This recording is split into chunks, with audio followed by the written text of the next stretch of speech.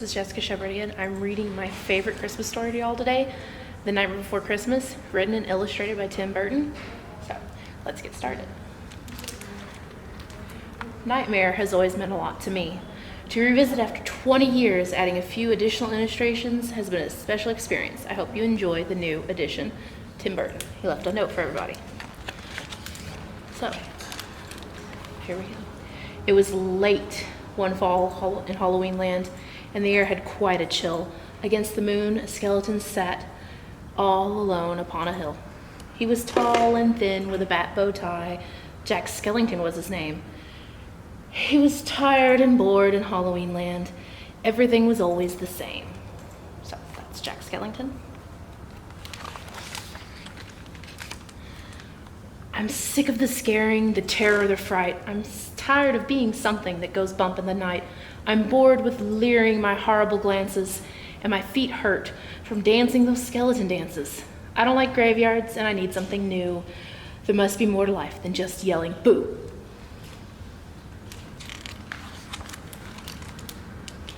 Then out from a grave, with a curl and a twist, came a whimpering, whining, spectral mist. It was a little ghost dog with a faint little bark and a jack-o'-lantern nose that glowed in the dark. It was Jack's dog, Zero, the best friend he had, but Jack hardly noticed, which made Zero sad.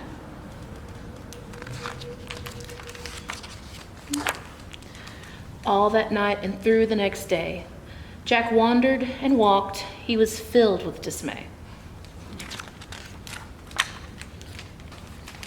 Then, deep in the forest, just before night, Jack came upon an amazing sight. Not 20 feet from the spot where he stood was 3 massive doorways carved in wood.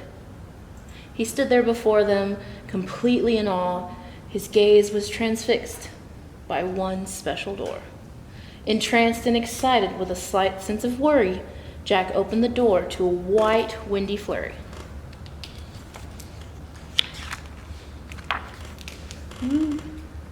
So he gets sucked into the door, all the snow. Jack didn't know it, but he'd fallen down in the middle of a place called Christmas Town.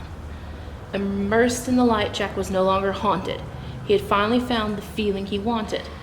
And so that his friends wouldn't think him a liar, he took the present-filled stockings that hung by the fire. He took candy and toys that were stacked on the shelves and a picture of Santa with all of his elves. He took lights and ornaments and the star from the tree, and from Christmas Town sign, he took the big letter C. He picked up everything that sparkled or glowed. He even picked up a handful of snow. He grabbed it all, and without being seen, he took it all back to Halloween.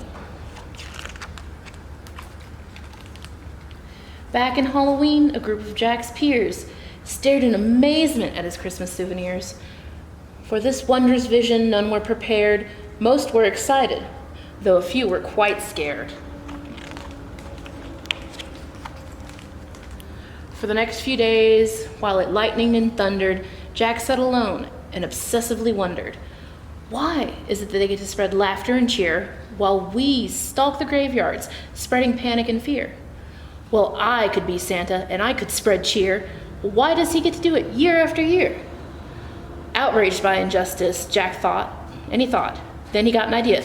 Yes, why not? In Christmas Town, Santa was making some toys. When through the din, he heard a soft noise. He answered the door, and to his surprise, he saw weird little creatures in strange disguise. They were altogether ugly and rather petite. As they opened their sacks, they yelled, "Trick or treat!" Then a confused Santa was shoved into a sack and taken to Halloween to see Mastermind Jack. In Halloween, everyone gathered once more, for they'd never seen a Santa before. As they cautiously gazed at the strange old man, Jack related to Santa his masterful plan. "My dear Mr. Claus, I think it's a crime that you get to be Santa all of the time. But now I will give away my presents and I will spread cheer. We're changing places. I'm Santa this year. It is I who will say Merry Christmas to you. So you may lie in my coffin, creak doors, and yell boo. And please, Mr. Claus, don't think ill of my plan, for I'll do the best Santa job that I can. And though Jack and his friends thought they'd do a good job, their idea of Christmas was still quite macabre. Now, macabre means strange, weird, and dark, so perfect for Halloween Town. They were packed up and ready on Christmas Eve day when Jack hitched his reindeer to his sleek coffin sleigh. But on Christmas Eve, as they were about to begin, a Halloween fog slowly rolled in. Jack said, "We can't leave. This fog's just too thick. There will be no Christmas, and I can't be St. Nick." Then a small glowing light pierced through the fog. What could it be? It was Zero, Jack's dog.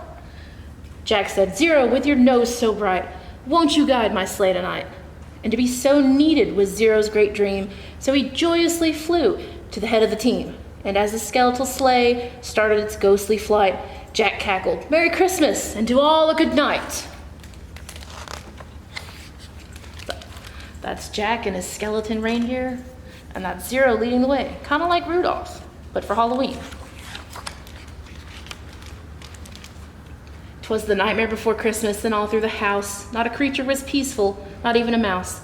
The stockings all hung by the chimney with care, when opened that morning would cause quite a stare. The children all nestled snug in their beds, what of nightmares of monsters and skeleton heads. The moon that hung over the new fallen snow cast an eerie pall over the city below, as Santa Claus's laughter now sounded like groans, and the jingling bells like clattering bones. And what to their wondering eyes should appear but a coffin sleigh with skeleton deer, and a skeletal driver so ugly and sick, they knew in a moment, this can't be St. Nick.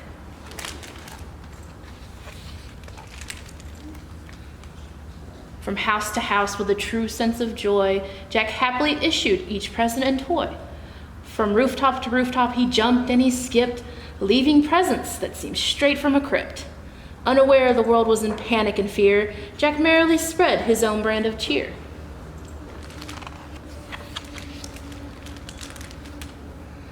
He visited the house of Susie and Dave. They got a Gumby and Pokey from the grave.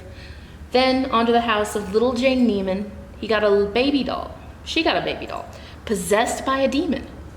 A monstrous train with tentacle tracks, a ghoulish puppet wielding an axe, a man-eating plant disguised as a wreath, and a vampire teddy bear with very sharp teeth. That's the train with its tentacle tracks and the vampire teddy with very sharp teeth.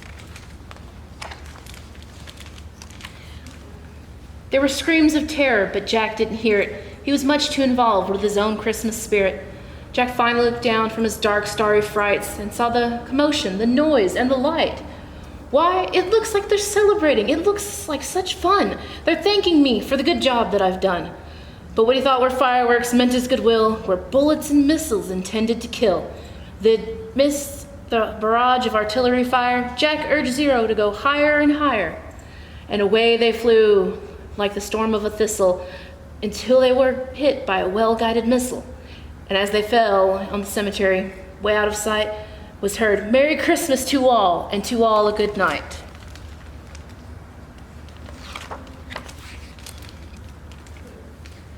Jack pulled himself up on a large stone cross, and from here he reviewed his incredible loss.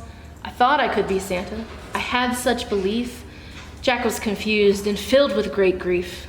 Not knowing where to turn, he looked towards the sky, and he slumped on the grave and started to cry. And as Zero and Jack lay crumpled on the ground, they suddenly heard a familiar sound. "My dear Jack," said Santa, "I applaud your intent. I know wreaking such havoc is not what you meant, and so you are sad and feeling quite blue, but taking over Christmas was the wrong thing to do. I hope you realize Halloween's the right place for you. There's a lot more, Jack, that I'd like to say, but now I must hurry, for it's almost Christmas Day." Then he jumped in his sleigh, and with a wink of an eye, he said, "Merry Christmas," and he bid them goodbye.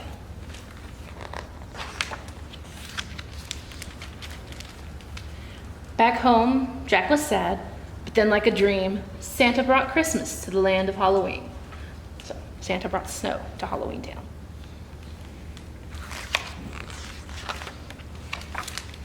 The end. Thank you.